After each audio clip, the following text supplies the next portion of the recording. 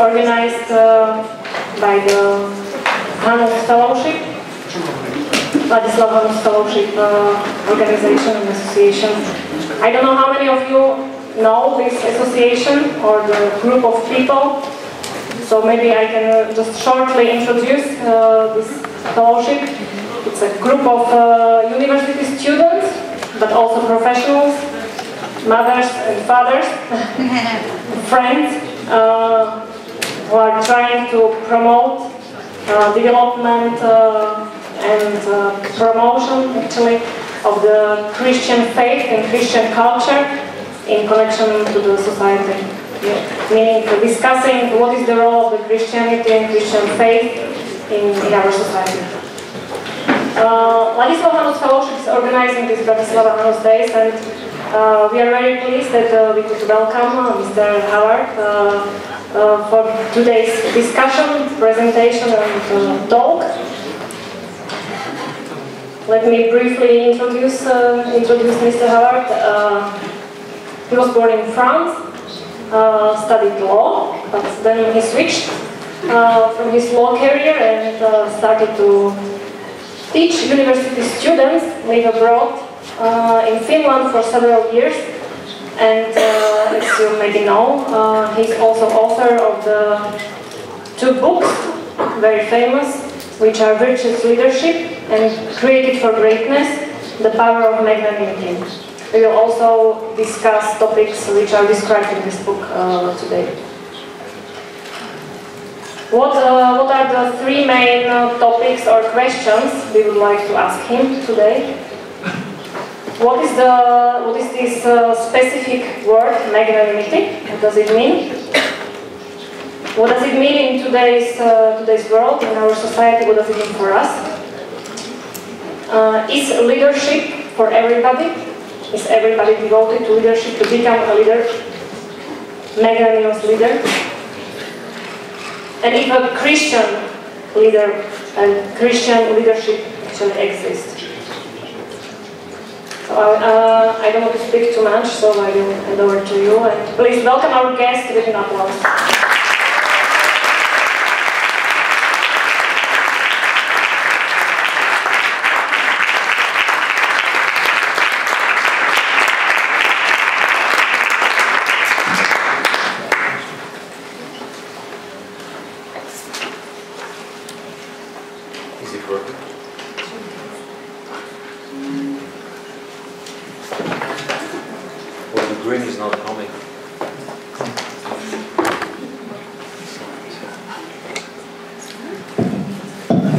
Thank you, I'm not very good at techniques. So yes, thank you very much. I'm very happy to be here with you. This is not the first time I am in Slovakia, the second time. I was here 4 years ago. So, but I'm very happy to be with you, young people. And you will understand why I like young people. I am a Frenchman because I was born in France. I have 2 Russian grandparents who escaped Soviet Union in 1920 from St. Petersburg. They left to Paris. I have a Georgian grandfather from Tbilisi who left Georgia, Soviet Union in 1925. I have a French grandmother. And a mixture of different bloods, different cultures, different religions. I studied law at Paris University. I practiced law for a few years in Paris and in Strasbourg. In 1989, I moved to Finland, Helsinki, where I've been living for 18 years and 24 days. And during the last 8 years, I have been living and working in Moscow. And from Moscow, I traveled all over the world to speak to young people like you, and also to not so young people. In the United States, in Africa, in China, in Europe. I was a lawyer, and I quit with law some 20 years ago.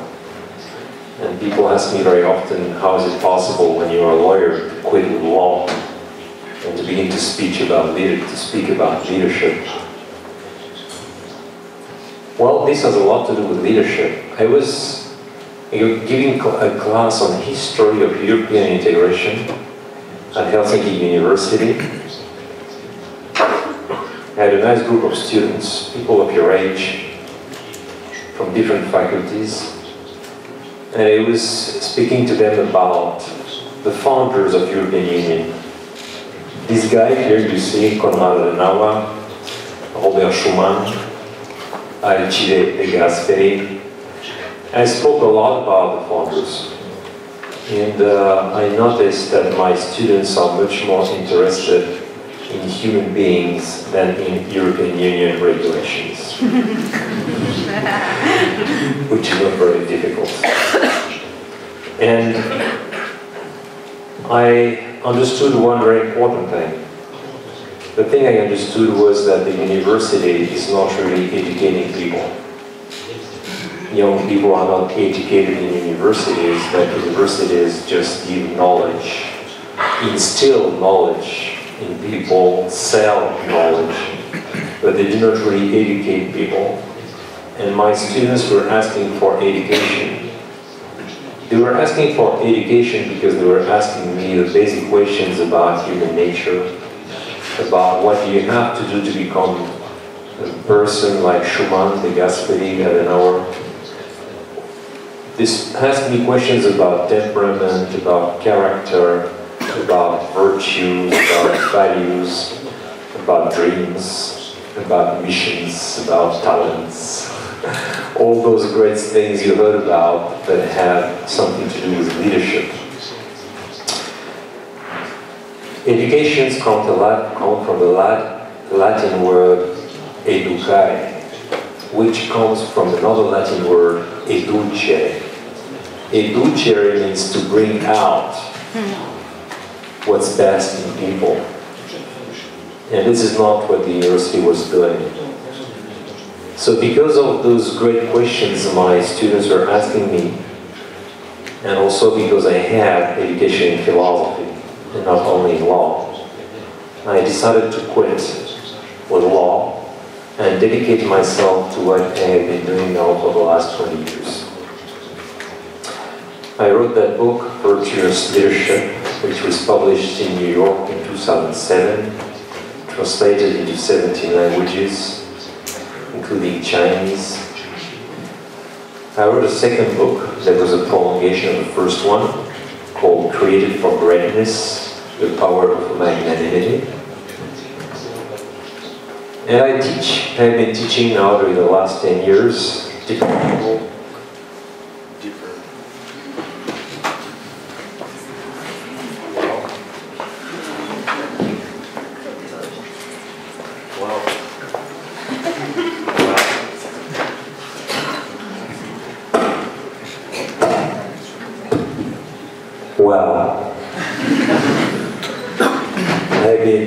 these guys are ready for everything. Thanks. So I've been teaching during the last 10 years leadership, different people, teaching to students, to businessmen, to military officers, people in education, all over the world. And people are asking very much to be taught virtuous leadership.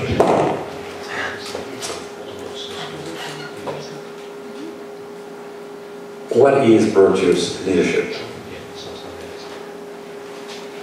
As you understand from the very beginning, I had a clear idea that I was not going to speak about techniques, that I was going to speak about the human beings.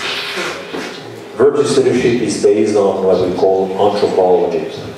Anthropology is the science of the human being.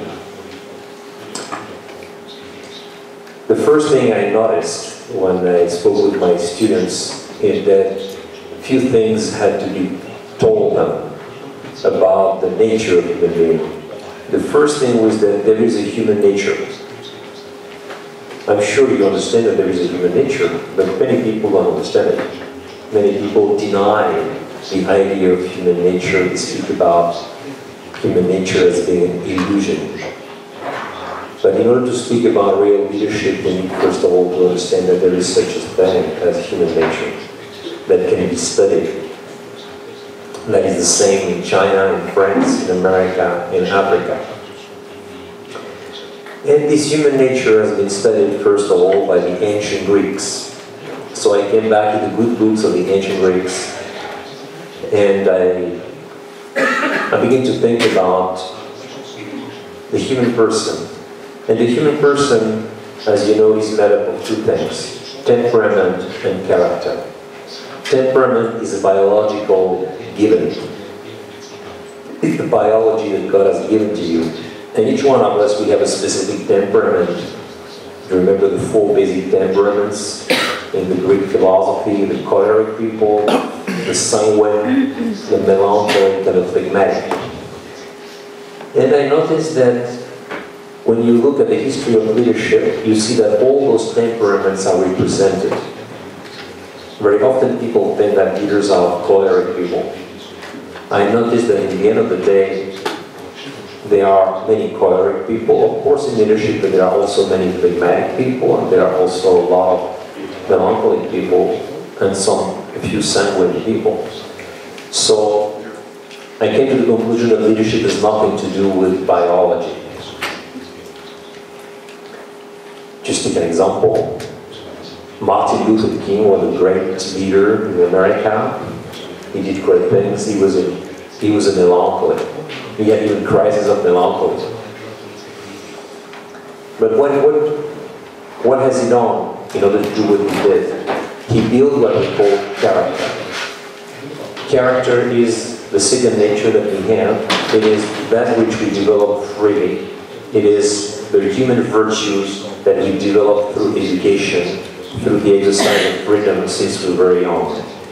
And we are responsible for this second nature that we have. We are not responsible for our temperament. We must not change our temperament. Our temperament is good because it is God's will for each one of us. But the character is something that we build ourselves on our temperament. The character in Greek means a seal that is stamped on temperament, so that temperament stops dominating your personality. So people without character are just that. They have temperament. They have pure biology. And it's difficult to deal with them. But people with character have freedom. They have the virtues. They have power. They can dominate their temperament, and they can be real leaders. So I came to the conclusion that in the end of the day, leadership is very much a question of temperament, and it is not at all a question of, leadership is very much a question of character, and it is not at all a question of temperament, which means that leadership is freedom. Leadership is something that each one of us can develop, and that nobody is born a leader. People become leaders when we build character on temperament. You remember that character is made up of virtues. The 4 basic virtues are prudence, the capacity to make the right decisions, the capacity to grasp reality, political, economic, human, cultural, and to make a decision that fits that reality. This is what we call prudence or practical wisdom. The second basic virtue is called courage. Courage is passive and active at the same time. Passive courage is endurance, patience, faithfulness. It is the capacity to stay the course. And active courage is audacity or boldness, which is the capacity to run risks. The third virtue that the Greek people identify as fundamental is called self-control.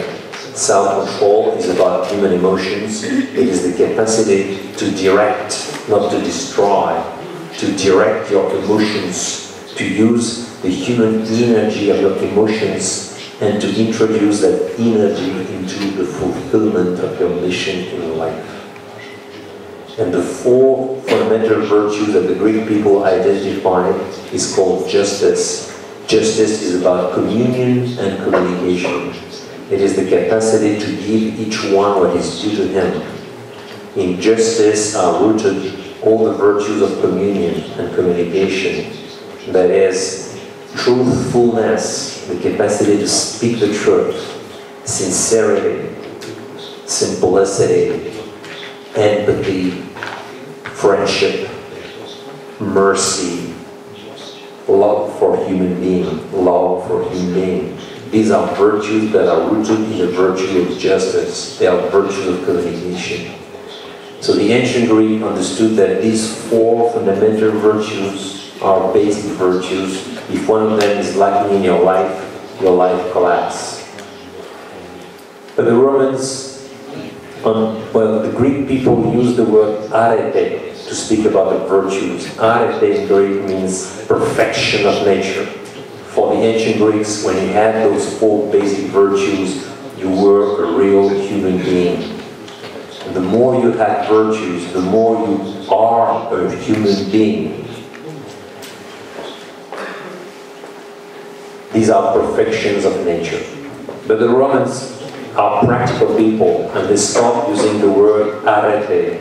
They began to use the word virtus, which means power, strength, energy. Because the Romans understood that those virtues are not only perfections of nature, of human nature, these virtues are also powers that give you the capacity to do that which other people cannot do if they have not the virtues. Prudence gives you the capacity to make the right decisions almost all the time. Courage gives you the capacity to stay the course and to run risks. Self-control gives you the capacity to direct your emotions and passions and to use them for the good. Justice gives you the capacity to communicate with the people, to enter the hearts of human beings.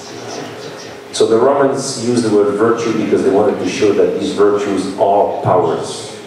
And when we speak about leadership, we understand that these powers are very necessary for leaders because leaders need to have the capacity to make the right decision. They need to have the power of will to stick to their decisions. They need to have the power to use their emotions and not to be slaves of their emotions. And they need to be communicators. They need to enter the hearts of the people, the hearts of their followers. So those four fundamental virtues are basic virtues that are very useful for leaders. If you don't have those four virtues, you cannot speak about leadership. It's what I say to my students all the time. Before being leaders, we have to be human beings. It sounds basic, no? But that's a basic thing that is very important because many people want to be leaders without being human beings. But first of all, we need to develop the human virtues that are necessary to each and every one of us, even to those who are no leaders. A leader is first of all a human being. And you become a human being really when you practice the human virtues. Animals have no virtues. Animals have only temperament, only biology. They have no spiritual freedom. They have no moral freedom. But when you make an investigation about the four cardinal virtues, you come to the conclusion that leaders are more than this. Leadership is more than just being a good person. It's more than just being a person that practices the four fundamental virtues. You and I, we know a lot of people that are good, but who are no leaders. Am I right? Yes, I am. We know also a lot of bad people. That's right. But among the good people that we know that many of them are no leaders. And I had to think about why is it like this? It is like this because there are other virtues in life that are not basic virtues, but that are very important. And one of them, the first specific virtue of leaders is called magnanimity.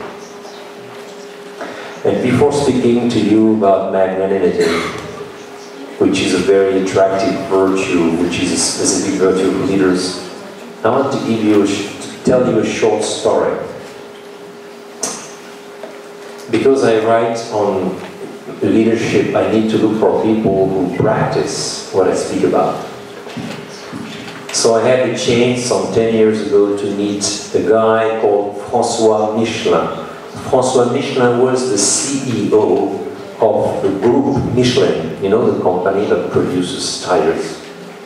He was 45 years the chief of this company. And I went to see him, and I told him, Monsieur, we say Monsieur in French, Monsieur François, I'm writing a second book on leadership, and I really would like very much to understand what is your corporate culture about in your company. So François Michelin told me a beautiful thing. He told me, Alex, I need to tell you not my story. I need to tell you the story of my grandfather, Edward, who was the founder of our company. I knew my grandfather very well, he told me.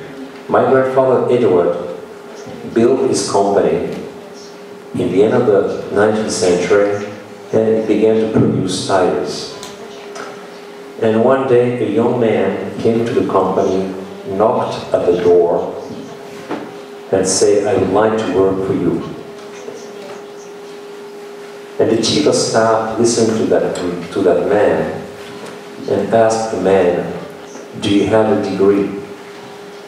And the man answered, no. I left school when I was 15 years old, so I have no degree, but I have been working in the printing department of the company not far away from here, so I know about printing. The chief of staff liked the guy. He hired him, and of course he sent him to the printing department of Michelin. They also had a printing department. We were publishing a newspaper for the company. When Edward Michelin heard about this story, that there was a guy called Marius Minior that was sent to the printing department because he had no degree, he was very upset. He took the phone and he called his chief of staff and he told him, you're an idiot. Remember one thing, you need to break the stone in order to discover the diamond that is hidden inside. You need to break the stone in order to discover the diamond that is hidden inside. Bring the guy, send him to the commercial department, ask him to buy stuff for the tires on the international markets. Well, so we have Marius without mathematics, buying stuff on the international markets, but Marius was so bad in mathematics that he understood he will have problems to convert the currencies. But Marius was not an idiot, and Marius invented a kind of small ruler to convert those currencies. And one day, Edouard Michelin saw on the table of Marius this little ruler.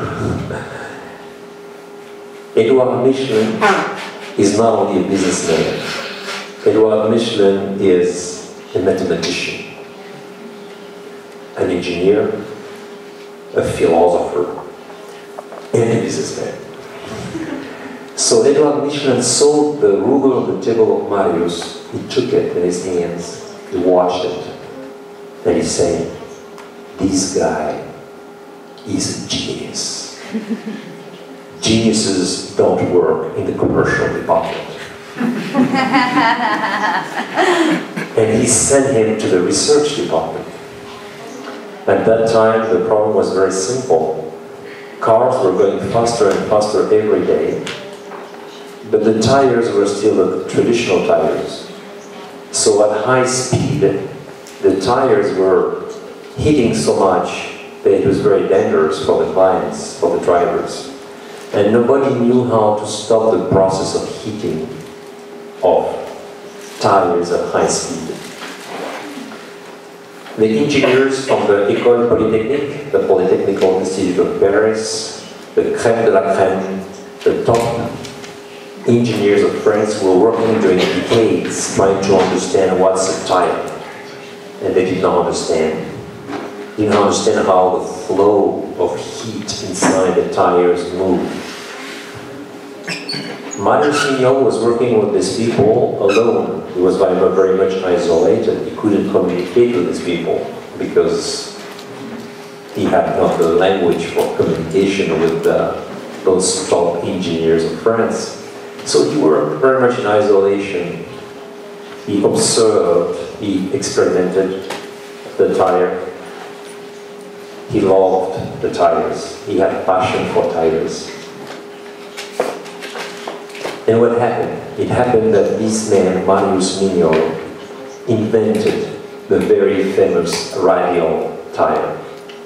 The radial tire that changed the industry of tires all over the world, that produced the company Michelin to the #1 in the market in the world.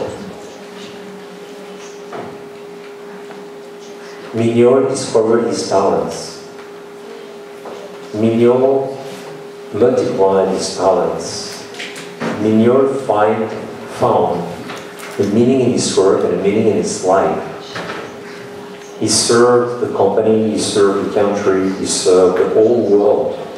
And he served millions of people that have cars. Now, Mignon had parents. He spent 15 years with his parents. His parents were not able to understand who was Marius Mignon, their son. After 2 weeks of interaction with Edouard Michelin, Mignon already knew who he was.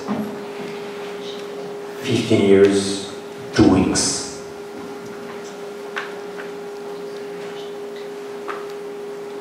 This is a very important thing. On one side, you have parents that are no leaders. On the other side, you have a boss who is a manager, who is a father, who is a teacher, who is a mentor. He's the man who created Marius Mignon. If they would not have met these two people, Marius Mignon would have been all his life a potential genius. Just a potential that would not have found meaning in his work, in his life, and that would not have contributed so much to the welfare of humanity. How do you produce people like Edouard Michelin? Because the hero of the story is not Marius Mignon. The hero of the story, from a leadership point of view, is of course Edouard Michelin.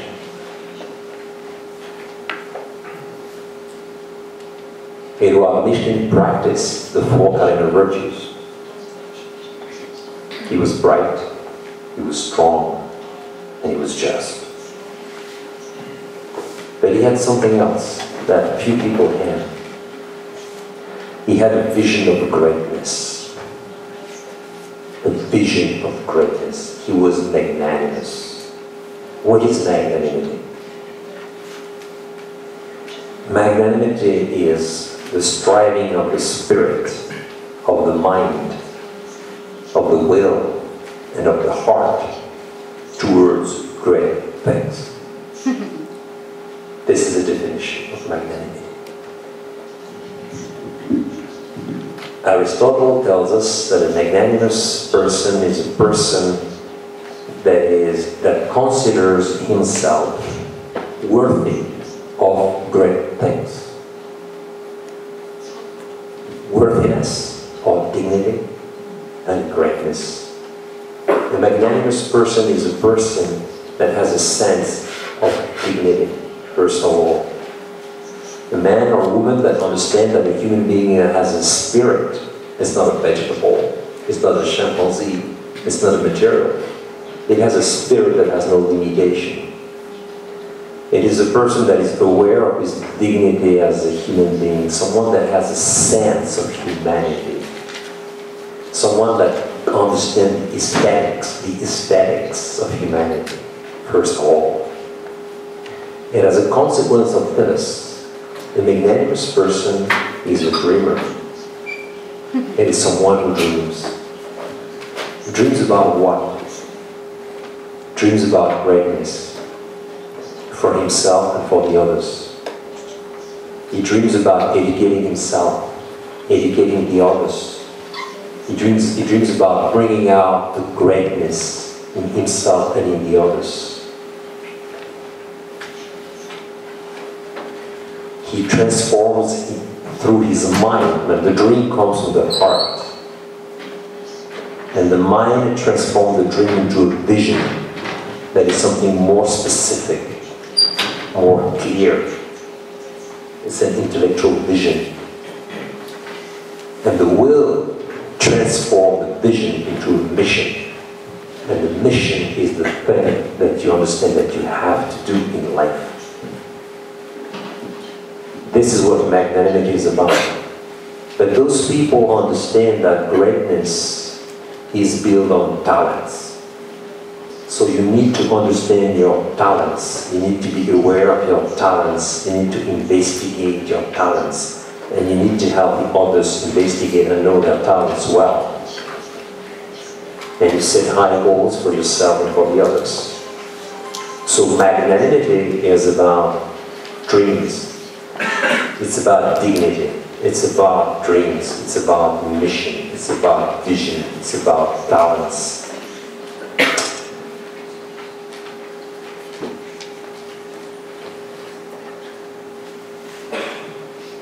Magnanimity generates hope. Hope generates action. What is the hope of magnanimity? Just think a little bit about that. Many of you here are Christians, and you've heard about the virtue of hope, the virtue of charity, the virtue of faith. But we are not speaking about the supernatural virtue here. We are speaking about magnanimity, and it is a human virtue. Which means the hope of magnanimity is a human hope. What kind of hope it is? It is the hope that with the talents that God has given to you, you can do great things. It is the trust in the natural gifts that you have, that with those natural gifts, you are called to do great things. Magnanimity is a human virtue that requires, first of all, awareness of your personal talents. And then after, action that is the result of this hope. The higher the hope, the higher the action. Very often we say, well, look at this guy, he's sure of himself. He looks like a leader. The truth is that this security that people have very often, the security of leadership, is in fact the hope of leadership. It is the capacity to understand that you can do those things. And if you don't do these things, nobody will do it. You must not look for people that will save the world. The Savior of the world has already come 2,000 years ago. What you need to look to understand is you personally, you are called to do the great things. If you don't do it, nobody else will do it. Magnanimity produces a deep sense of personal responsibility. People that have no magnanimity are small people. We call them pusillanimous people. Pusillanimous comes from Latin pusilus, which means small. The Greek word for magnanimity is megalopsychia, big soul. The Greek word for small-mindedness or pusillanimity is mikropsychia, small soul. So the majority of people are small. The leaders are great. They have magnanimity. And this magnanimity is a virtue that we develop with time. We are not born magnanimous. We are born small. Small. Magnanimity is a virtue that we develop with time.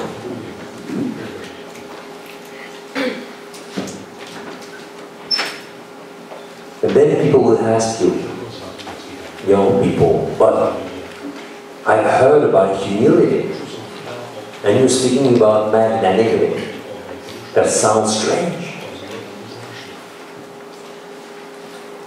What's the relationship between magnanimity and humility? The relationship is very simple, although in the life of many people, they just don't get the point, just don't understand how it fits together. Humility is the virtue of people who live in the truth. Humility is about the truth about yourself. It's not about saying, I am nothing, I have nothing, I can do nothing. This is pusillanimity. Magnanimity is about saying, I have weaknesses in strength. If I don't see my strength, my talents, and small. If I see my talents and my weaknesses, I can be magnanimous very quickly. Because I am, first of all, humble. Humility is the truth about yourself. So how does magnanimity and humility fit together? A magnanimous person will tell you, I have those gifts. Those gifts are from God. They are not mine. But I have them.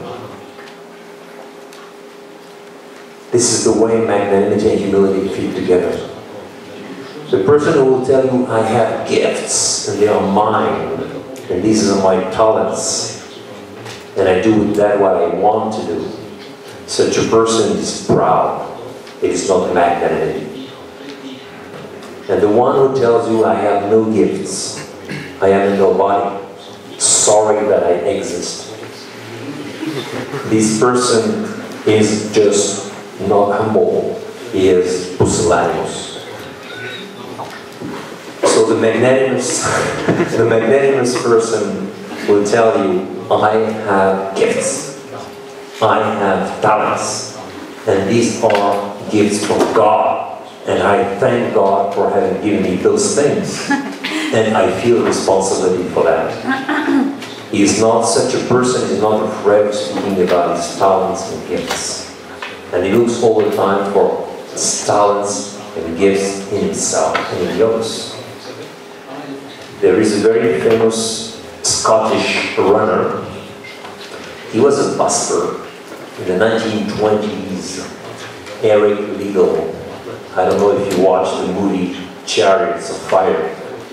And it's a true story of a great man who was a pastor, a Methodist pastor. And his dream with his wife was to go to China and to spread the gospel in China.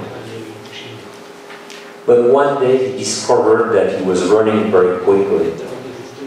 And he said to his wife,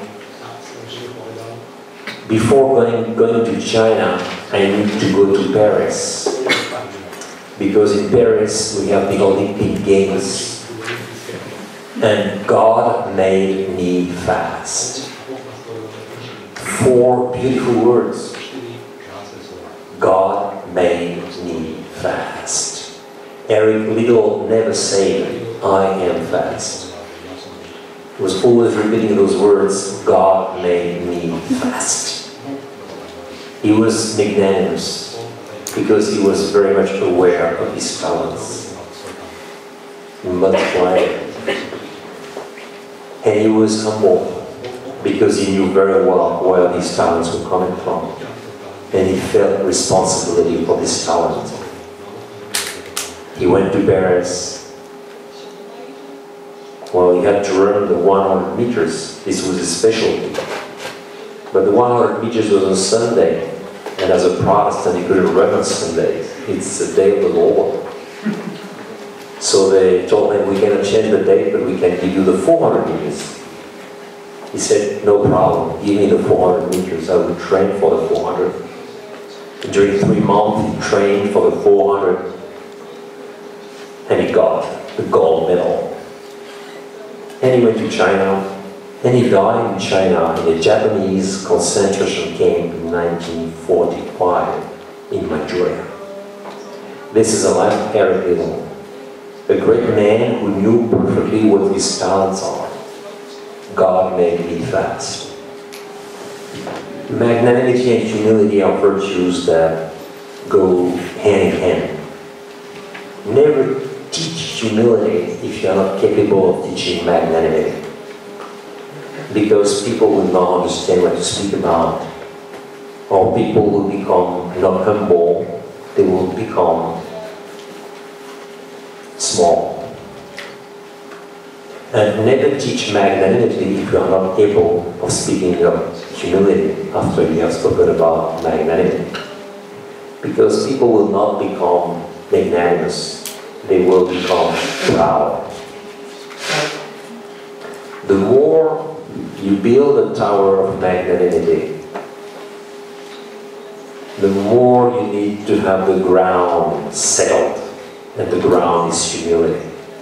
The more you feel your leadership, your positive influence on people, your capacity to transform people for the good, the more you need to understand that this is a gift of God.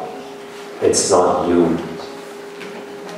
So the more you need humility in order to build this great tower of magnanimity. If you don't do those things, you will collapse. Many people have collapsed because they have no humility, or they have no enough humility for the magnanimity they were building. You are young people, and magnanimity is a virtue that is for you fundamental. Aristotle was used to say that it is the virtue of the youth. Why? Because as I have told you, magnanimity is a virtue of hope. And young people have no past, so they have only hope. That's why young people cannot be without being magnanimous. Well, I know young people who are 15 years old and they're already dead before being born. That's right. You have young people who are no magnanimous, who have no desire for magnanimity. They are already dead before being born. So magnanimity is not a question of age.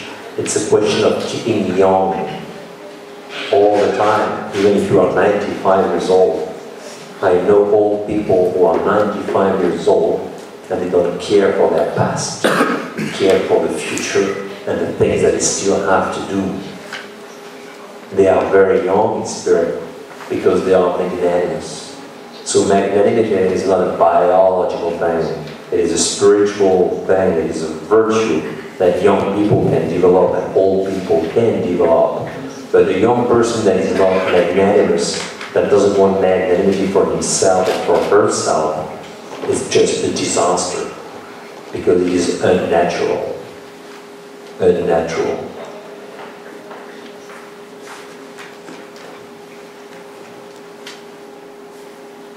How do you develop magnanimity?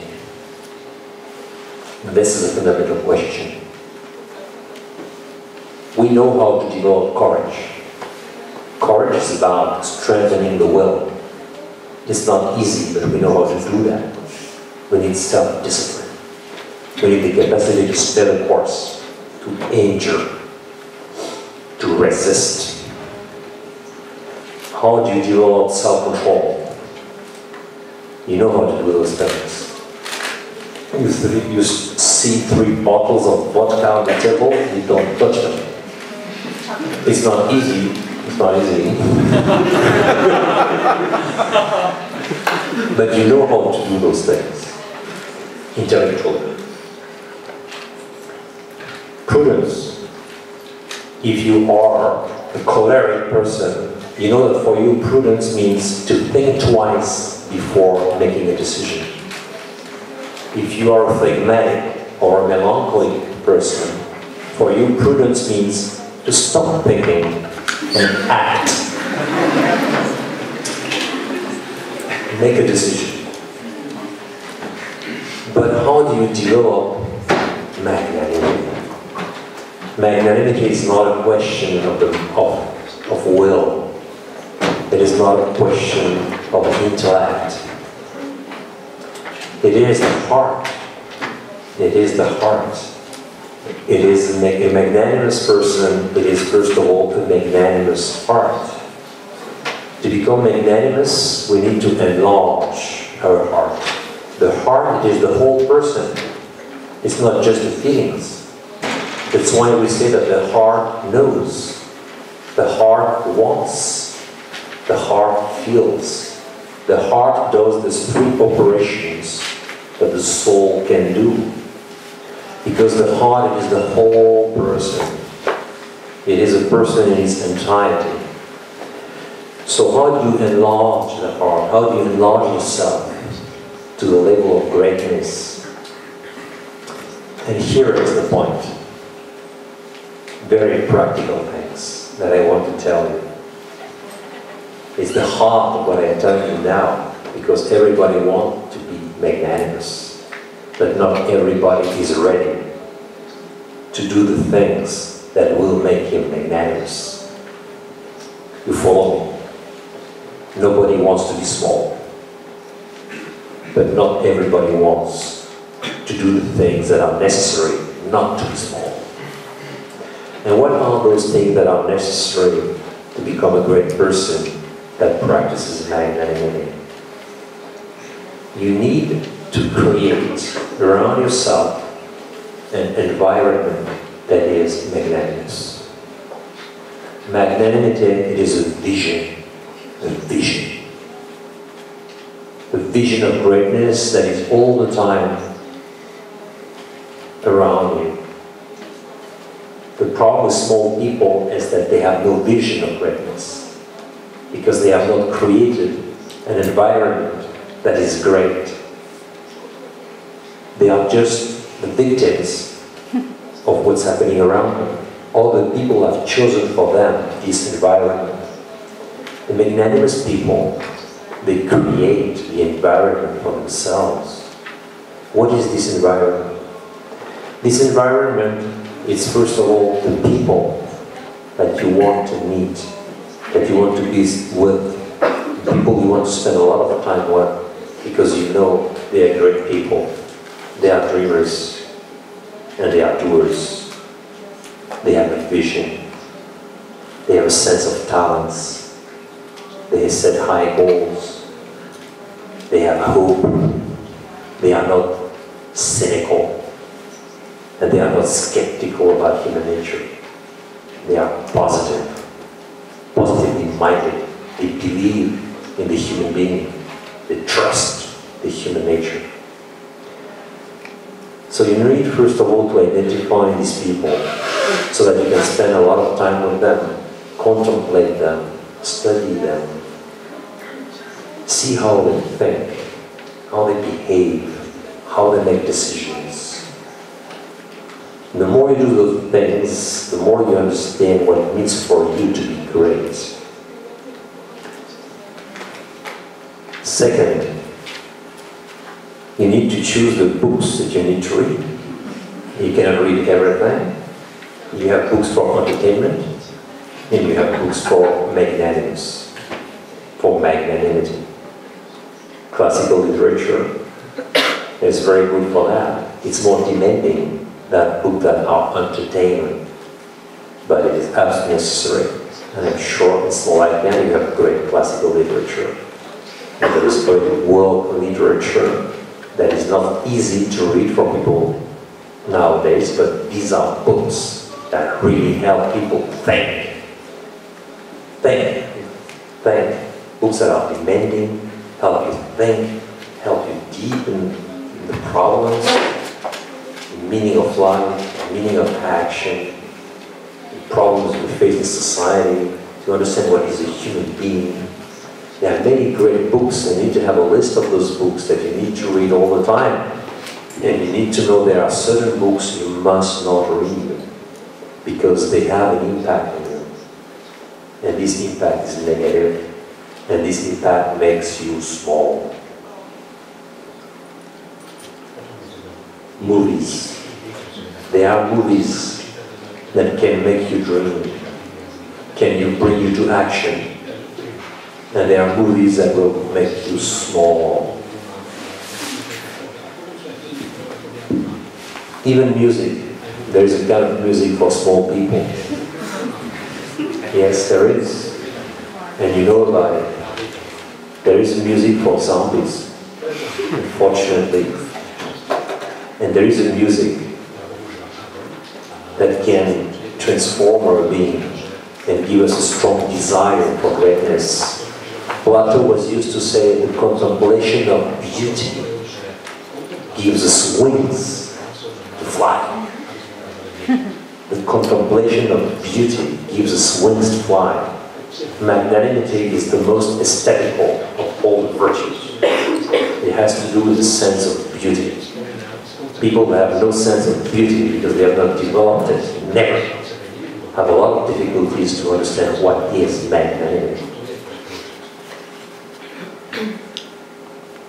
You need to choose yourself the influences that you want for your life.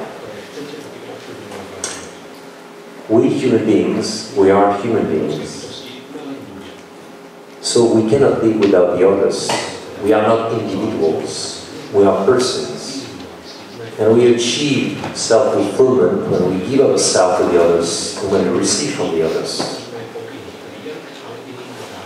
There is a very famous Russian movie maker, Andrei Tarkovsky, who is used to say that a free fish is a fish that is taken outside water. He is free from water and he dies. A free human being is a human being that is taken away from society, from the others.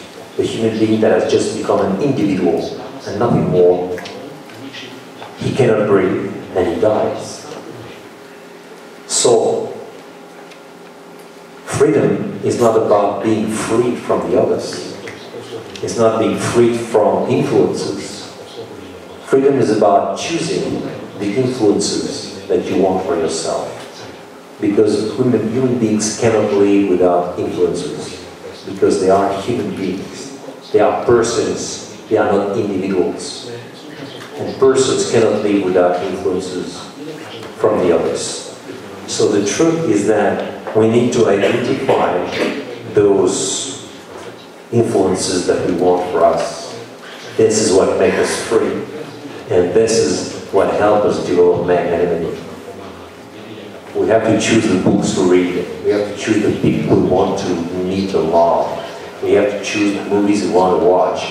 We have to choose the music we want to listen to. All this has an incredible impact on our vision of greatness.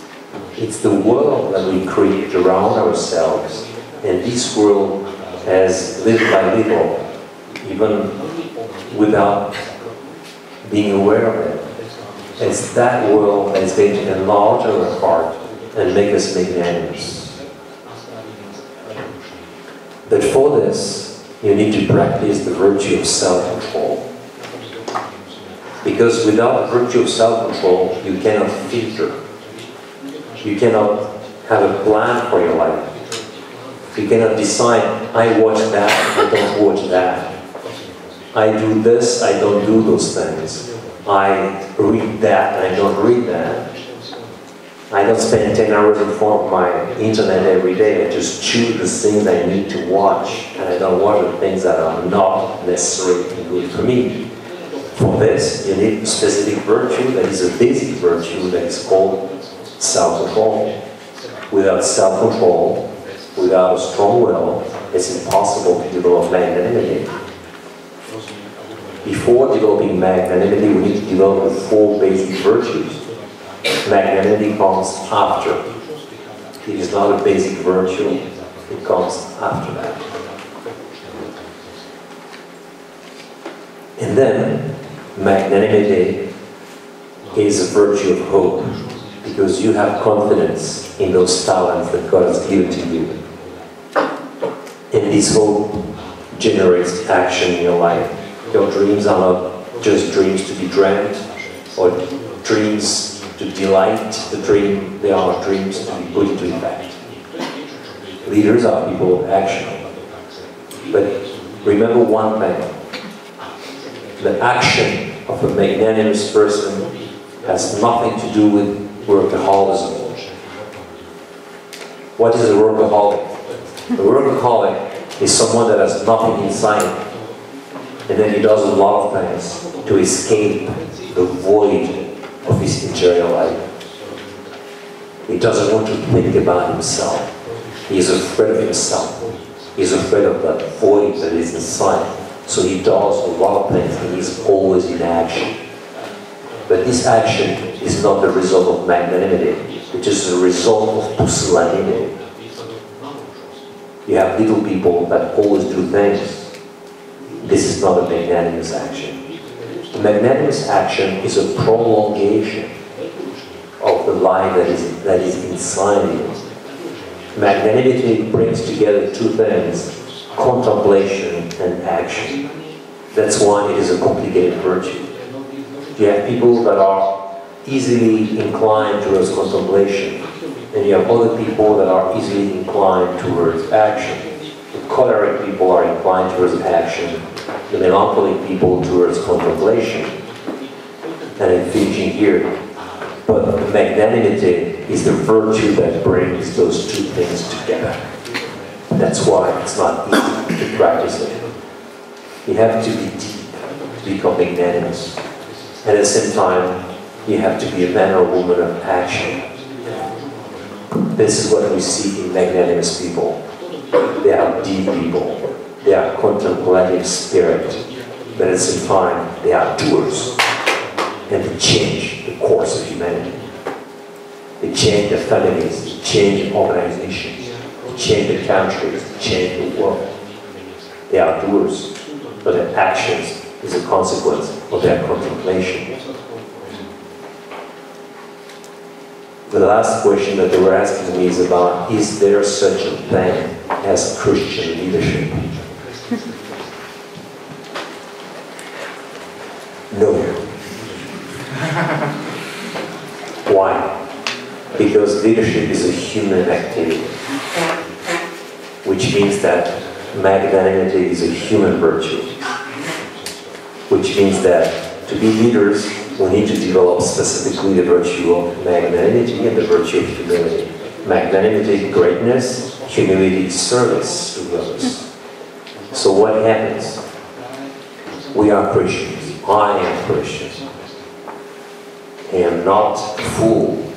And I know very well that my Christian life has an impact on my human virtues.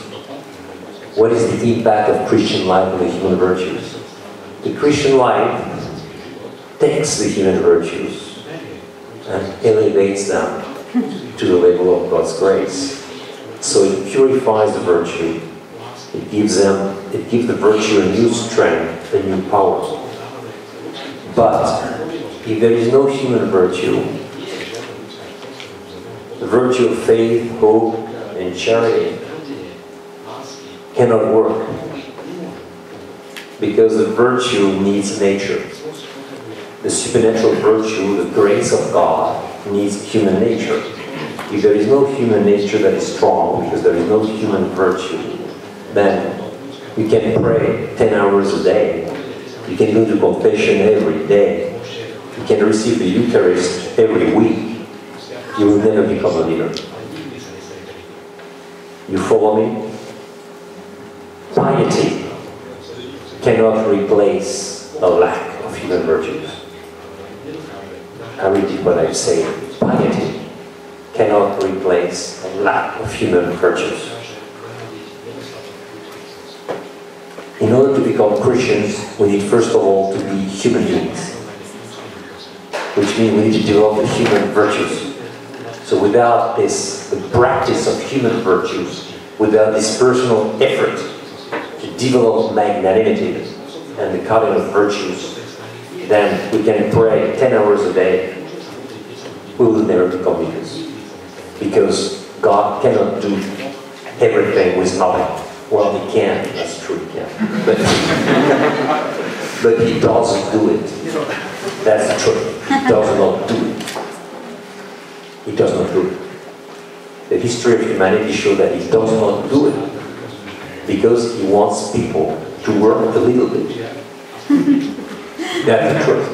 He wants you and me to work on the virtues, on the natural level, so that He will give through His grace a strong impact to transform, to transfigure, this is the word we need, to transfigure the virtue and put them at the level of God's grace, that is to strengthen them. So there is no such a thing as Christian leadership.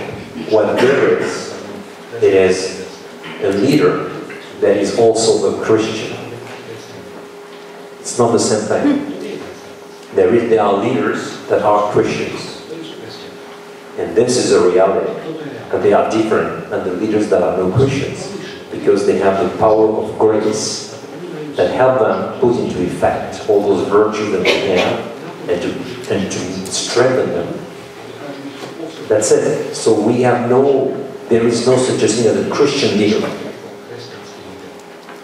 There are leaders that are Christians. But there is no Christian leaders. Well, we can say the Pope is a Christian leader, but I don't like the expression. The Pope is a leader that is Christian. And I don't want to speak about the Pope, I want to speak about you and me. So we are people here, we are human beings, and at the same time, many of us here, we are Christians.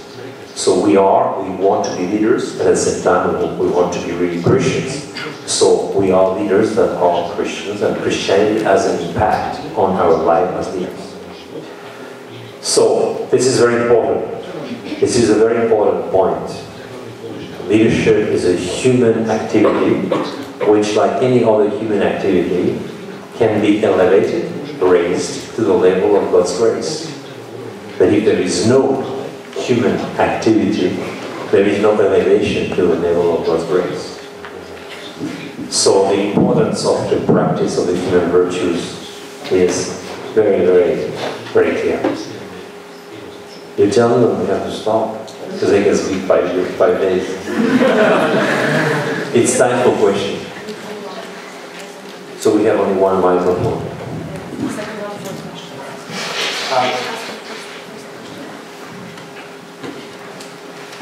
I would raise the first question. You were speaking about the talent, and that everybody of us should work on his or her talent. Can you give us some advice how we find out what are our talents?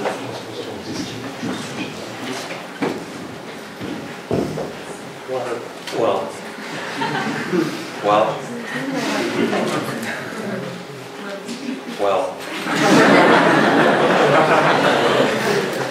have a problem. Thank you. How do you find your talents? This microphone is recorded, by the way. Look, young people very often come to me and say, Alex, what are my talents? And I ask them, how old are you? Well, I'm 16. And I tell them, well, be patient. In order to discover our talents in life, we need to investigate many ways. We need to be people that do different things. We need to ask people around, our parents, our friends, for feedback. Am I a sportsman, or am I a writer? Am I a businessman, or am I a painter? In order to understand who you are, you have to do different things in life. In order to understand what your talents are. You need what we call feedback analysis. Feedback analysis. You need people that will tell you, people who love you, who respect you, that from outside will tell you, well, this is great. This is you. This is well done. This is your strength. This is your power. Very often we have difficulties to know ourselves well. We need that people from the outside will tell us this. So the thing in order to discover your talent is first of all patience. Patience because we need time to know ourselves well, to know what are the talents and gifts that God has given to us. And the majority of people discover their talents between 25 and 35 years old. So when people are 15 years old have a great panic because they don't know who they are, you just have to tell them, look, don't worry, it's totally normal. What is not normal is when you are 17 years old and you already know your talent. Because then you will stop investigating in different ways, different things, and then you will not discover the great talents that are probably still hidden that you have, that are probably much more important and strong and great than the talents that you think that you have now. So we need to investigate different things, and we need to listen to what people say about the things that we are doing. This is the way to know our own talents, and there is no other way. Patience, investigation, try different things. Don't be afraid of making mistakes. Magnanimous people are not afraid of mistakes. They are afraid of lack of action. So, to make mistakes is not a problem. The problem is not to move forward in life, not to try things. It's to lose hope and to fall into despair. This is the very bad thing. It is the thing that does the small people. Despair is what small people do. Great people have no despair. They have hope and they try.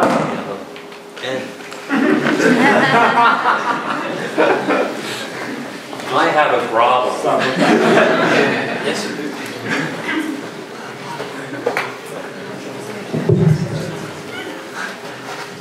So I'm sure you have another question, so we have another microphone and there are volunteers who are going to I might have a first question myself, if I may.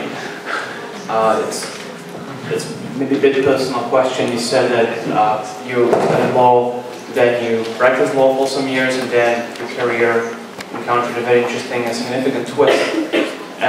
My question is, was there a specific impulse or specific input or specific something that drive that decision to abandon law and start doing whatever you started doing, whatever you named at that point? What was that main input for this decision? That's my question.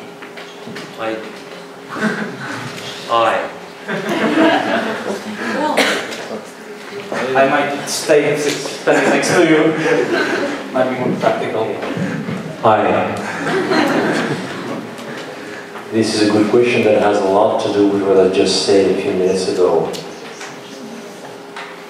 My students told me, Alex, you need to quit with law because you have a gift and a talent to speak about other things. That's the way I discovered my talents and gifts. And I was not 25. I was close to 40. So this is the answer to them. When people tell you this is what you are, this is what you have.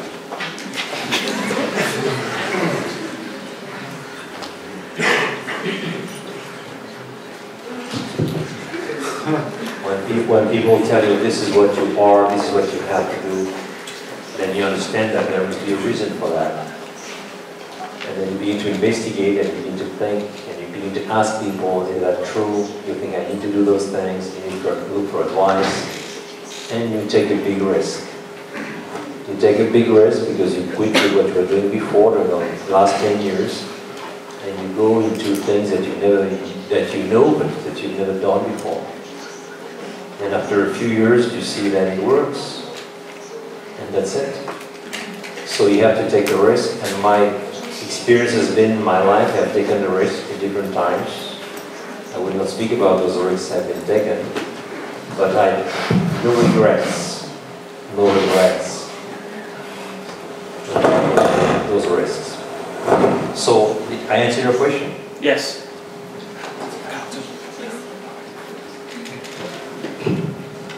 Next question. So, I'd like to have some questions, if I may. Yeah. Sorry. I like your interpretation of human experience, of human nature, and your philosophy. But I haven't found or I haven't heard you mention passion or obsession or love and the place of it, which it plays in human life. For example, Van Gogh and his passion for art, or Dante and his passion for Beatrice, or Petrarch and his passion for Laura, or other famous people who didn't forge their magnanimity, but they were driven to it somehow. And I'm just curious how you would interpret that human experience, because I think we certainly cannot deny it being existing. Can you formulate it? Yeah, in one question. Sure. So, you spoke a lot about how one forges his greatness. Yeah. And I'm looking at the different human experience, at the one which is not being forged, but somehow the person is being driven to it. Let's say Van Gogh and his art. He was obsessed by it. That's right. But Van Gogh was a magnanimous person. He was using his heart in order to become a magnanimous person.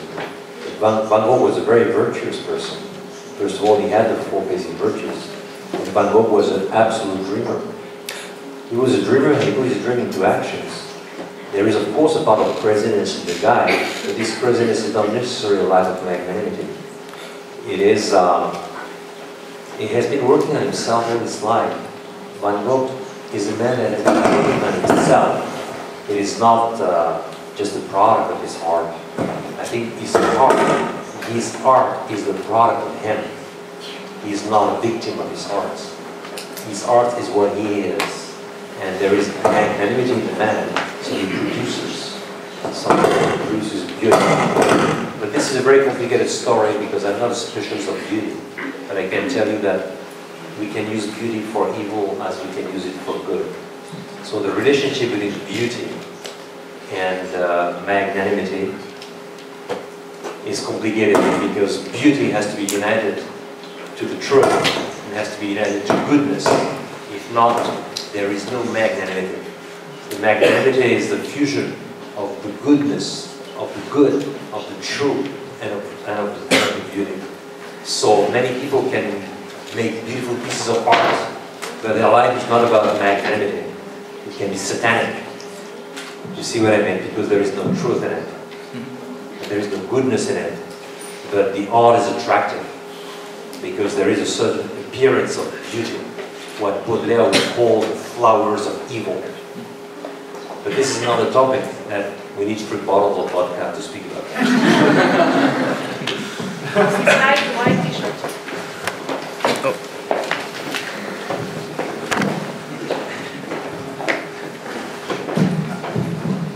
Well, I guess it works. Well, hello, my name is Matthew. Your statement, no Christian leadership, sounds like Christianity cannot give anything that can improve the leadership. You know, what's the point of being Christian then in leadership? Thank you. Well, I think I didn't say exactly that. I say that when I say there is no such a thing as Christian leadership, I want to say that I said after that there are leaders that aren't Christians. There are different things. There is no such thing as Christian leadership because I wanted to say that You don't change the nature of leadership by being Christian. This is the important thing I wanted to mention. You don't change the nature of leadership by being Christian. What you do is the practice of Christian life. We give you a specific strength to practice this human activity that is leadership at a higher level. At a higher level. But you cannot call this Christian leadership. It's just leadership or it is not leadership. You cannot speak about Christian mathematics. It's mathematics or it is not. Okay. Well, you will tell me leadership is a really human activity. That's right. But this human activity does not change its own nature because it is Christian. I don't like the word. I like the word Christian, but I don't like the word Christian as an adjective before the substantive, because it gives the impression that we Christians are very specific and strange people. We are specific. We are strange. We are not strange. We do the human things, but this human thing is elevated. Just follow me. Prudence, courage, justice, self-control, magnanimity, humility. Those human virtues are, in Christian life, the same virtues that are elevated to God's grace. They are not other virtues. It is human courage that is elevated to the level of God's grace. It is not another courage. It is human magnanimity that is elevated and transfigured by God's grace. It's not another kind of magnanimity. You understand me? It's not the same thing like faith, hope, and charity. These are infused virtues that come from God. You don't work on them, you receive them. That's it. So you receive faith, hope, and charity, and this has an impact on your virtues. But your human virtues are still the same virtues that are elevated to the level of grace. But they are the same. We are not strange people, Christians. We are not strange. You follow me? You agree with me that we are not strange. We are normal. We are normal because we are human beings like anybody else. But the fact is that Christian life has an impact on our virtues. But Christian life does not change the nature of our virtues. It's the same virtue that is elevated by God's grace. That's why I don't like the idea of speaking about Christian leadership. What does this mean? What does this mean in practice, Christian leadership?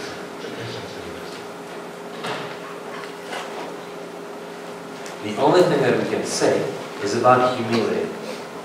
It is that humility is the habit of serving the others.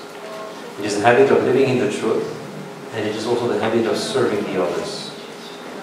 And then, in Christianity, we have the absolute motivation for serving the others until death. That's the strength of Christianity in leadership. People that have no religious spirit cannot understand the meaning of humility. Because humility is a religious virtue. It is a virtue that relates you to yourself, to the others, and to God. So if you have no humility, you will not relate to God. And then you will not see God in the others. This is what Dostoevsky was saying 150 years ago, saying you cannot replace the absence of God by love for humanity. Because people will ask you, why do I have to love humanity? This is the key question, of course, in leadership. Why do I have to serve people? I was giving a seminar a few days ago, and I asked this question to the people in the seminar. People saying, what about the non-Christians? What about the non-believers in any God? What's the meaning of humility? And one of them told me, I serve people, although I don't believe in God, because I feel good.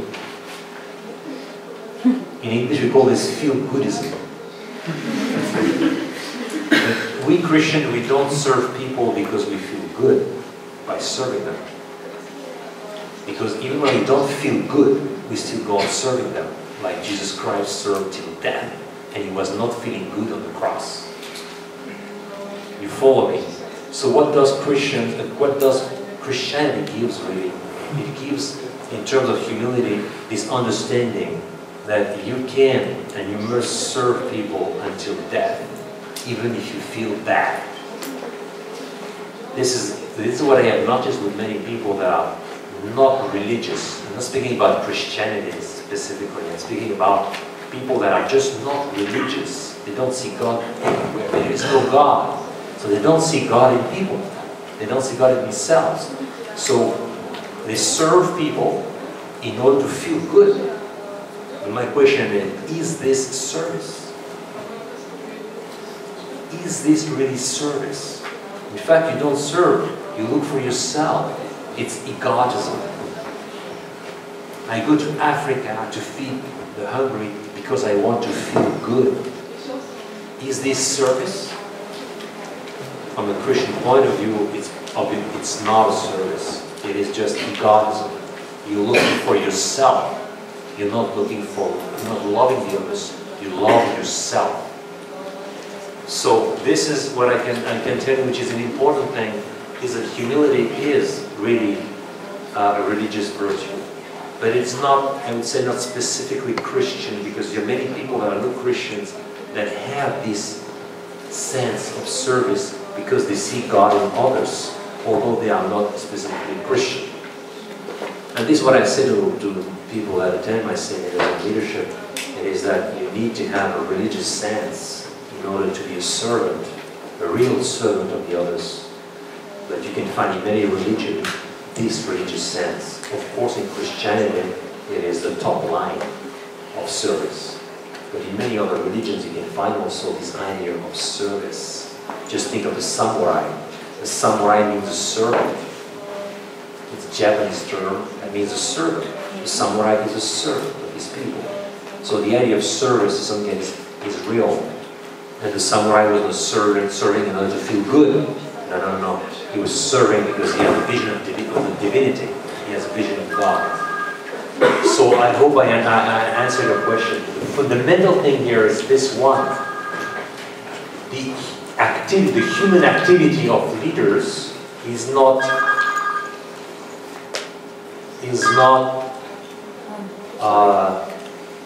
transformed into another activity because it is operated by a Christian.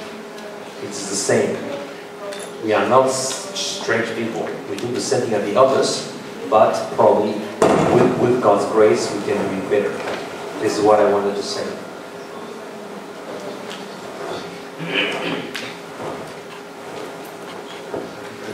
Here's a question.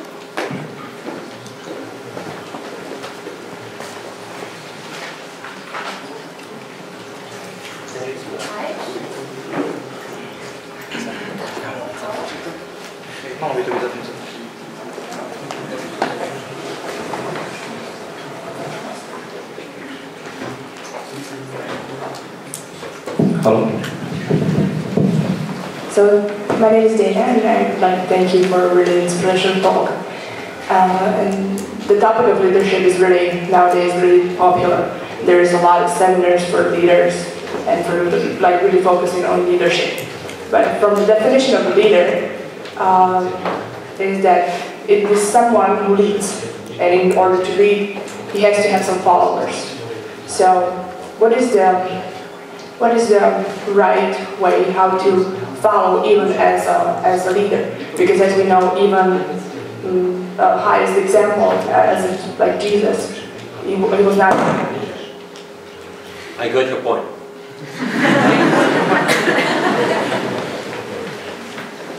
Well, leadership is, for me, to achieve greatness by bringing out greatness in others. We achieve greatness by bringing out greatness in others. I mean, you transform people, you do it. And your leadership is about transforming. This is what Edward Michelin did with Marius Mignon. He achieved greatness, Michelin, not by building an empire. mission empire. He didn't care for the empire, but he cared for the people. Much more than a manager, he was a leader. Management is about getting things done. Leadership is about transforming people. So he knew by transforming people, he'd also get great things done. But for him, the important thing is to transform people, to help people achieve self-fulfillment, find meaning in their life and in their work because of him. This is what leadership is about. So who are those followers of people who do such things?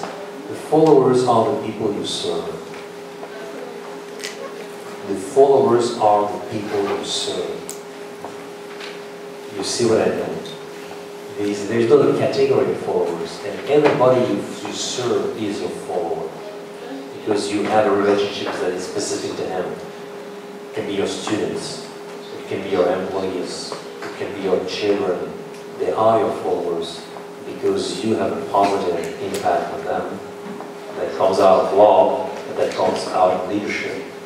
So, a leader himself is also a follower.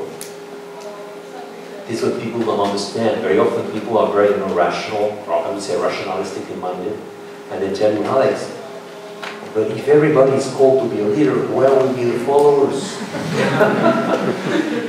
They don't get the point. They don't understand that there is no such a leader that is not a follower at the same time. All of us, we are called to be leaders because leadership is a way of being. It's about human virtue. It's about self-fulfillment. And God wants people to be leaders and to achieve self-fulfillment in their lives. But at the same time, all of us, we are followers because they are people that have had a strong impact on our life. And we are followers of these people that have educated us. I am a follower of my parents and of my grandparents. Not only my parents, my grandparents have had a strong impact on me as much as my parents. And I am thankful to them for what they've done to me. And I know they were my leaders. And this is what happens among many people. You can't be a leader if you are not a follower at the same time. Eduard Mischner was a great leader for Marius and for all his employees. But he was first of all a follower of other people whom we don't know very much. But he could have told us the story if he would be here with us. You follow me? So all of us, we are followers and leaders at the same time. So there is no problem that where are the leaders and where are the followers. All of us, we are called to become leaders. And all of us, we are also followers of other people. And it is important for us to know who are our leaders. Because it's easier for you to understand yourself. And it's easier for you to be thankful to God for these people that have been the leaders of your life. They can be parents or grandparents, but they can be also friends. They can be people who know. Yeah? I remember at Moscow University, one girl coming to me once and said, Alex, to speak about parents are natural leaders for their children. I don't know my father. And my mother, I prefer not to speak about her. Then I told her, okay, but you are still free to choose your friends. Your parents are not going to choose your friends for you. So you are still free to choose the people you want to really follow. This depends only on you. And you have to exercise freedom. Thank you very much once again. I think we need to finish slowly because there are also some refreshments in our Bayhane bar at the bottom. So my last question, maybe you could share with us shortly some information about your institute and to tell us if we can stay in touch with you. Of course. Well, these are collapsed microphones. It's a symbol of something. Yeah, it's a symbol that we have to finish. Well, we have an institute that is called the Virtuous Leadership Institute. We have a website in English and in Russian, and in French, and I hope in Slovak very soon. And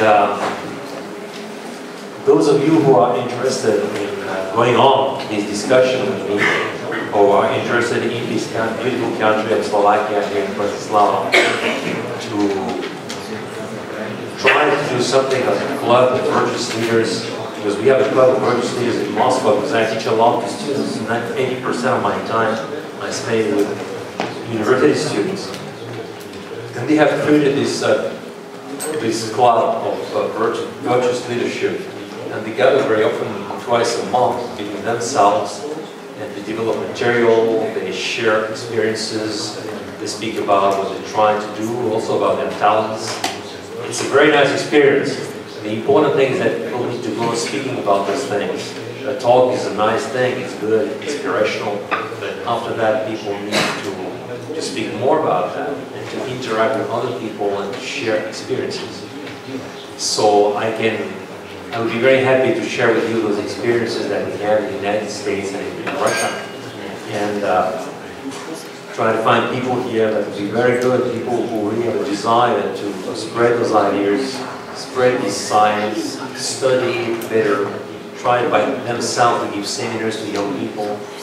The university students I deal with themselves give seminars on virtuous leadership for school boys and girls, or for their friends that are students who don't know that science. So I can help by giving orientations, giving slides, explaining how to do those things, and trying to answer all your questions. And I would be very happy. I think it would be a great move forward in Slovakia to have a group of people who really would be ready to do those things. I would be very happy. I have books, by the way. We have the books here in our kiosk, in our shop, so everybody can buy this book, and Havard will sit here and give you a signature to the book. Sit there. I will sit there. I will sit here. Yeah, so he prefers to sit. So I would like to thank you once again that you came to Slovakia, that you gave us your precious word, to share your knowledge and experience with us, and I ask for a big applause for you.